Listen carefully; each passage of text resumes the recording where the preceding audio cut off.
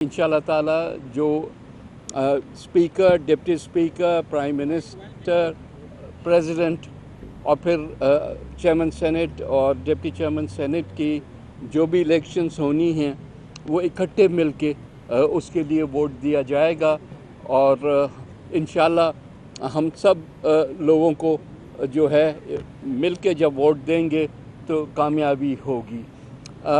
इस मौके पे बिलावल साहब ने पर्टिकुलरली इस बात पे ज़ोर दिया है कि अब वक्त आ गया है कि हम एक नेशनल रिकन्सिलिएशन करें।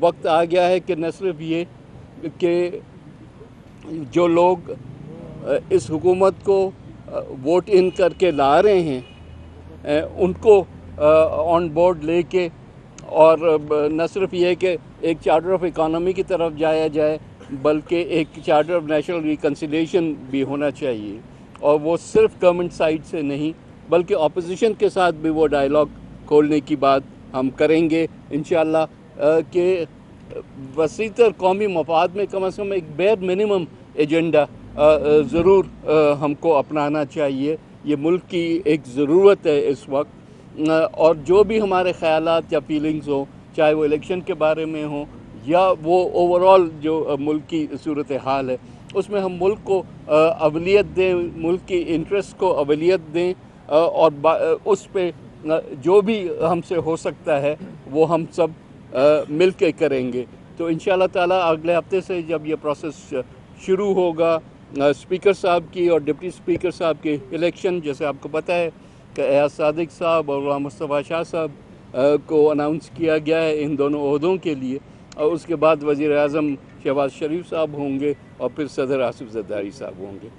तो इंशाल्लाह आप देखेंगे कि इसकी कामयाबी जो है इस पूरे जो साबिका तो जो हमारी जिसको पीडीएम गवर्नमेंट कहते थे उसके बाद वो कोलिशन गवर्नमेंट हुई वो इस दफ़ा प्राइमरीली पीएमएल लेड गवर्नमेंट होगी और हम उसको बाहर से बैठ के सपोर्ट करते रहेंगे। जी मुस्तफा कमाल साहब।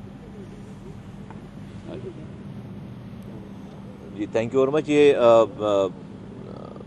एमक्यूएम पाकिस्तान इस बात पे यकीन पहले दिन से रख रही है कि इस मुल्क के मसाइल को और आज के हालात को जिस दलदल में ये मुल्क चला गया है और इसके लोग चले गए हैं और इसकी इकॉनमी इसकी स्टेबिलिटी चली गई है उसको कोई एक पार्टी इस कॉगमायर से बाहर नहीं निकाल सकती और इसके लिए पाकिस्तान की सारी पार्टियों को सारी सियासी पार्टियों को और मैं तो यहाँ तक हम कहते हैं एमक्यूएम इस बात की तायद करती है अभी जो बात गुफ्तगू की गई पहले कि भाई सिर्फ आज की कोलिशन जमातें नहीं बल्कि जो लोग इस हुकूमत का हिस्सा नहीं हैं उनको भी साथ मिलाकर उनसे भी बात करके चंद ऐसे इशूज़ जो कि नेशनल इशूज़ हैं जिसके ऊपर सियासत नहीं होनी चाहिए और वो एक दफ़ा तय हो जाएं और उसके ऊपर एतराज़ बराए एतराज़ वाला सिलसिला ख़त्म हो ताकि हम मुल्क में जो 25 करोड़ पाकिस्तानी हैं जो किसी न किसी पार्टी से मुंसलिक है चाहे वो अपोजिशन की पार्टी हो चाहे वो हुकूमत की पार्टी हो वो ये देखना चाहते हैं लोग कि हमारे लिए पार्टियां उनके लीडरान अपने इख्तलाफात भुलाकर हमारे लिए किसी कमरे में बैठकर आम लोगों की फ़िक्र कर रहे हैं हमें मुश्किलात से निकालने की सोच विचार कर रहे हैं। पाकिस्तान में अब सैचुरेशन पॉइंट पे चली गई सारी चीज़ें अब यहाँ से इसमें और ज़्यादा गुंजाइश नहीं है बर्दाश्त की लोग परेशान हो गए। तो मुझे बहुत खुशी इस बात की है कि हम इस प्रोसेस का हिस्सा है एमक्यूएम पाकिस्तान इस प्रोसेस का हिस्सा है कि जहाँ पर ये सारी पार्टीज़ मिलकर इनकी नीयत इनकी तमाम चीज़ें हम सब की अच्छी हैं कि हम लोगों को इन तमाम चीज़ों से निकालेंगे। और आज जो गुफ्तगू भी हुई उसमें रिकन्सिलिएशन की बात हुई है आपस में मिलने की बात हुई है लोगों को मिलाने की बात हुई है। पाकिस्तान के इन तमाम मसाइल को तमाम पार्टीज़ के लोगों को मिलकर इसको हल करना है और इस तमाम मरहले में तमाम अमल में एमक्यूएम पाकिस्तान हर उस पॉजिटिव अमल का साथ दे रही है और देगी जिससे लोगों के मसाइल हल हों। बहुत शुक्रिया। आज सारी कोलिशन जो हमारे गवर्नमेंट के हिस्सा बनने जा रही हैं जमातें उन्होंने मिलके ये अहद किया है कि हम ना सिर्फ ये कि प्राइम मिनिस्टर को सपोर्ट करेंगे बल्कि उनके स्पीकर के डिप्टी स्पीकर के कैंडिडेट्स और इसी तरह बाद में जो जरदारी साहब बतौर सदर हैं, उनको सबको मिल के सपोर्ट करेंगे। इलेक्शन का मरहला गुजर चुका है, ख़त्म हो चुका है। इसके बाद अब लोगों की ज़िम्मेदारियाँ, हम सब की जो मुंतखब हुए हैं उनकी ज़िम्मेदारियाँ बहुत हैं, और इस वक्त तकरीबन सारी मेन जमातें जो हैं वो हुकूमत का हिस्सा बनने जा रही हैं।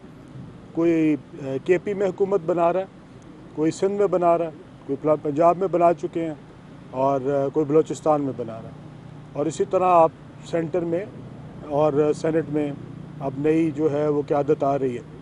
तो मेरी गुजारिश है कि जितने भी लोग इस प्रोसेस में से गुज़र चुके हैं, खुदारा वो अवाम पे रहम करें और कोशिश करें कि जो अवाम पिसी हुई है, मुश्किल का शिकार है, गरीब आदमी के लिए हालात बदतर से बदतर हुए हैं, और मुल्क जिस मईशत को जिस लेवल पे पहुंच चुका है उसको अब उठाने की, उसको बेहतर करने की ज़रूरत है।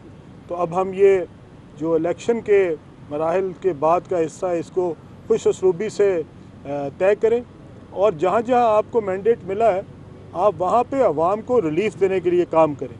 और इसमें तमाम सूबे भी शामिल हैं और इसमें वफाक भी शामिल है।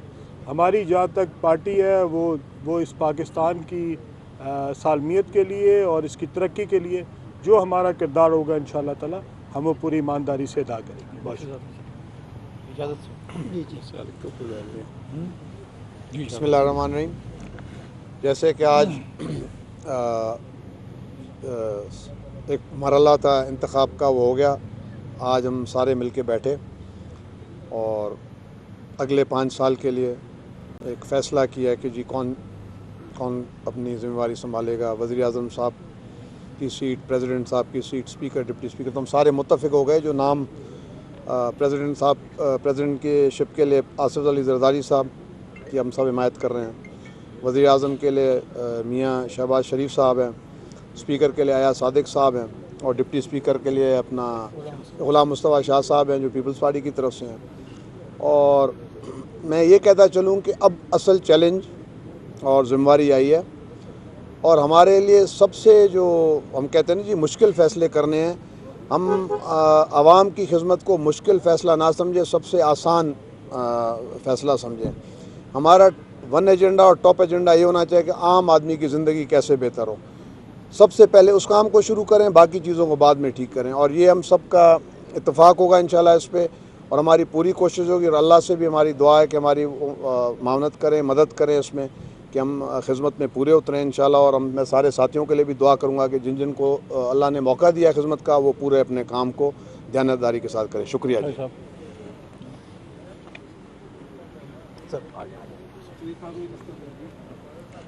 बिस्मिल्लाहिर्रहमानिर्रहीम।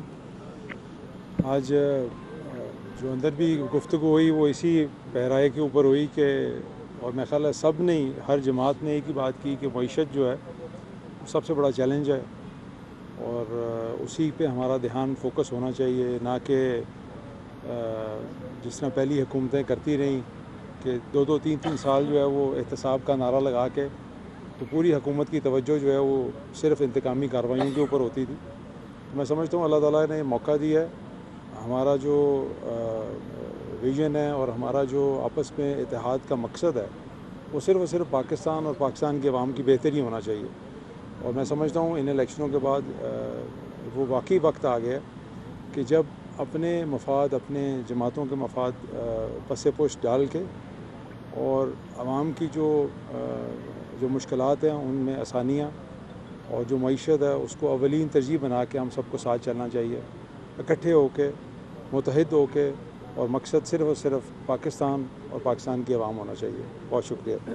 साहब एक कमेटी बनाई गई है जो तमाम इत्तेहादियों से रब्ता करेगी, मौलाना फजलुर रहमान को भी हुकूमती इत्तेहाद में शामिल करने की दरख्वास्त जी। की जाएगी। अच्छा, आखिर में मैं ये कहूँगा कि जैसे सब रहनुमाओं से आपने सुना कि इन सब जमातों के सामने हमने अगरचे इलेक्शन एक दूसरे के मुखालिफ भी लड़ा, लेकिन हम समझते हैं कि जमहूरियत की असल कामयाबी तब होती है कि हम कंपटीशन के साथ कोलैबोरेशन करने की सलाहियत भी रखें, कि जहाँ कौमी चैलेंजेस हैं, कौमी तकाज़े हैं, वहाँ पर हम सब को अपने इख्तलाफात ख़त्म करके यकजा होकर एक बड़े मकसद के लिए इकट्ठे होना चाहिए। ये वही जज्बा है कि जिसमें हम पहले भी इकट्ठे हुए थे, पाकिस्तान को डिफ़ॉल्ट से बचाया था, और अब फिर उसी जज्बे के साथ हम इकट्ठे हुए हैं। और मैं ये मैसेज ज़रूर देना चाहूँगा कि प्राइम मिनिस्टर शहबाज शरीफ साहब की क़यादत में जो हुकूमत काम करेगी, अव्वलीन हमारी तरजीह होगी कि हम मुल्क में अमन कायम करें, इस्तेकाम लाएं और मईशत को बहाल करें। आज की दुनिया में स्ट्रॉन्ग मईशत के साथ ही एक मुल्क स्ट्रॉन्ग बन सकता है। Strong economy is strong nation. और अगर हमने अपनी मईशत को मजबूत करना है तो ज़राअत की पैदावार बढ़ानी है, सनत की पैदावार बढ़ानी है, टेक्नोलॉजी के शोबे में ब्रेक थ्रू करना है, अपनी हमने बरामदात को बढ़ाना है। ये एक बड़ा टॉल ऑर्डर है। अब इंतशार महाजराई पाकिस्तान के लिए जहर है। तो मैं उम्मीद करता हूँ कि जो अपोजिशन है हम उसके किरदार को तस्लीम करेंगे, उसकी मुस्बत अपोजिशन का खैर मकदम करेंगे। लेकिन अपोजिशन मुल्क के अंदर खलल डालने, इंतशार फैलाने की अगर कोशिश करेगी तो मैं समझता हूँ कि वो मुल्क के साथ दोस्ती नहीं दुश्मनी होगी। और इसी जज्बे के साथ जैसे अभी कहा गया कि हमारी कोशिश होगी कि जो माजी के ज़ख़म हैं उन पे हम मरहम रखें और पूरी कौम को इकट्ठा करें। और इस मकसद के लिए जो हमारे इत्तेहादी हैं, हम सिर्फ इनके पास ही नहीं जाएंगे बल्कि जो अपोजिशन जमातें हैं उन सब से भी रब्ता करेंगे। और आपने जो सवाल किया, मौलाना फजल रहमान साहब के पास भी जाएंगे, दीगर जमातों के पास भी जाएंगे, ताकि अगर हम सब मिलकर उस बड़े मकसद के लिए इकट्ठे हों कि पाकिस्तान की मईशत मजबूत हो, पाकिस्तान में अमन हो, पाकिस्तान के अवाम को इंसाफ मिले, पाकिस्तान के अवाम को महंगाई से, बेरोज़गारी से निजात मिले और पाकिस्तान के नौजवानों की आंखों में मुस्तकबिल के ख्वाब दोबारा जिंदा हों। बहुत शुक्रिया। ठीक है, मेरा ख्याल है आगे मौलाना साहब के भी जाना है जी। जी वो इंतखाब तो हो गया है, हो गया, स्पीकर तो जी वो उनके अभी नहीं हुआ। इंतखाब का मरला नहीं आया। जब उनके इंतखाब का मरला आएगा तो उस वक्त नाम का ऐलान कर दिया जाएगा।